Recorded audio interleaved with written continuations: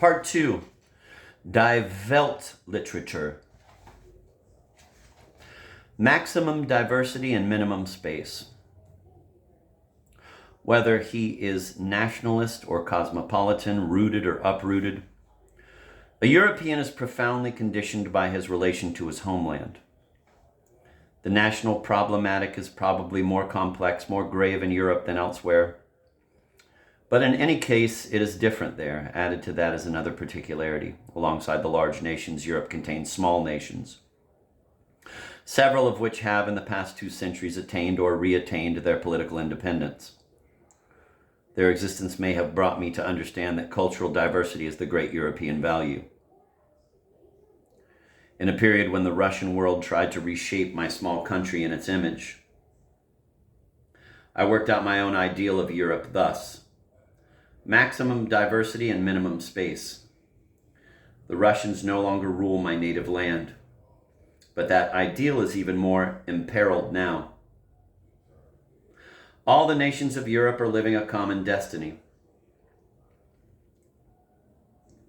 but each is living it differently, based on its own separate experience.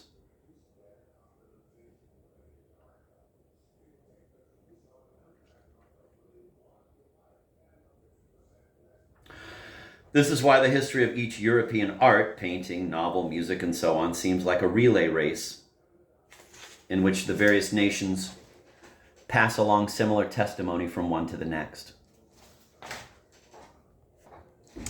Polyphonic music had its beginnings in France, it continued its development in Italy, attained incredible complexity in the Netherlands, and reached its fulfillment in Germany. In Bach's works, the upwelling of the English novel of the 18th century is followed by the era of the French novel.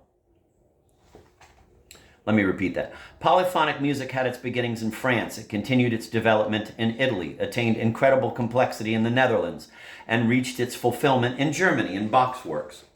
The upwelling of the English novel of the 18th century is followed by the era of the French novel, then by the Russian novel, then by the Scandinavian, and so on. The dynamism and long life of the history of the European arts are inconceivable without the existence of all these nations whose diverse experiences constitute an inexhaustible reservoir of inspiration.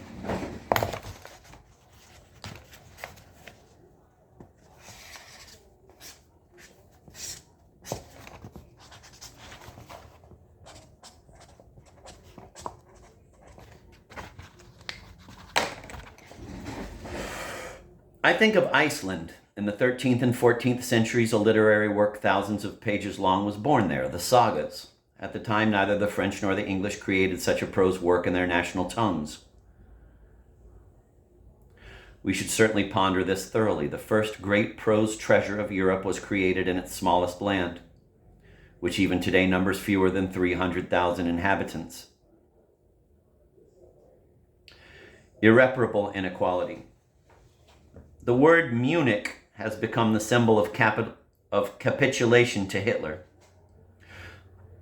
But to be more concrete, at Munich, in the autumn of 1938, the 4 great nations, Germany, Italy, France, and Great Britain, negotiated the fate of a small country to whom they denied the very right to speak. In a room apart, the 2 Czech diplomats waited all night to be led, the next morning down long hallways into a room where Chamberlain and Daladier, weary, blasé, yawning, informed them of the death sentence. A faraway country of which we know little, those famous words by which Chamberlain sought to justify the sacrifice of Czechoslovakia were accurate. In Europe, there are the large countries on one side and the small on the other. There are the nations seated in the negotiating chambers and those who wait all night in the antechambers. What distinguishes the small nations from the large is not the quantitative criterion of the number of their inhabitants. It is something deeper. For them, their existence is not a self-evident certainty, but always a question, a wager, a risk. They are on the defensive against history, that force that is bigger than they, that does not take them into consideration, that does not even notice them. Quote, "It is only by opposing history as such we can oppose today's history," end of quote. Witold Gombrowicz wrote. There are as many Poles as there are Spaniards, but Spain is an old power whose existence has never been under threat. whereas history has taught the Poles what it means not to exist. Deprived of their state, they lived for over a century on death row. Poland has not yet perished, is the poignant first line of their national anthem, and in a letter to Czesław Miłosz, some 50 years ago, Gombrowicz wrote a sentence that could never have occurred to any Spaniard. Quote, "If in 100 years our language still exists," end of quote.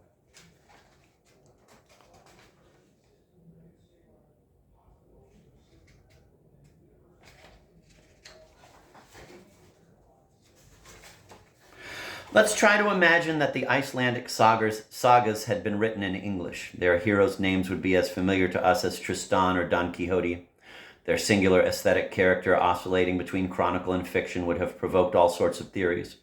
People would have argued over whether they should or should not be considered the first European novels. I don't mean to say they have been forgotten. After centuries of indifference, they are now being studied in universities throughout the world. But they belong to the archaeology of letters. They do not influence living literature. Given that the French are unused to distinguishing between nation and state, I often hear Kafka described as a Czech writer. From 1918 on, he was indeed a citizen of the newly constituted Czechoslovakia. Of course, that is nonsense. Kafka wrote solely in German, need we recall, and he considered himself a German writer. But suppose for a moment he had written his books in Czech. Today, who would know them? Before he managed to force Kafka on the world's awareness, Max Brod had to deploy enormous efforts over the course of 20 years, and that was with the support of the greatest German writers.